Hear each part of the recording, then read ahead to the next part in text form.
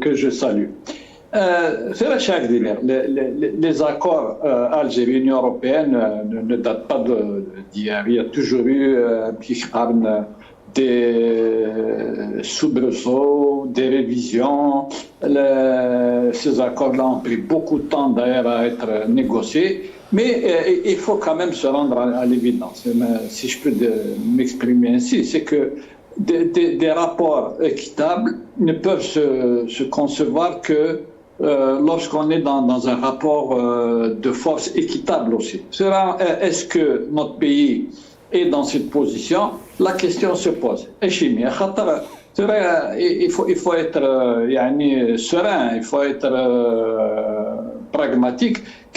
Quels sont les échanges que nous avons avec l'Union européenne? D'abord, on vend du gaz à beaucoup de pays d'Europe, et au Guinzrat, c'est pas nouveau, et on reçoit beaucoup de l'Union européenne. C'est-à-dire que notre commerce est à grande majorité avec l'Union européenne. Nos importations sont avec l'Union européenne.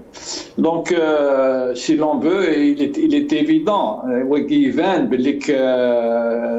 le FAIDA, c'est l'Union européenne qui la prend. Même si, effectivement, le gaz est à un degré moindre le pétrole, représente un atout qui n'est pas négligeable. Seulement, comment cela est-il négocié? C'est une autre paire de manches.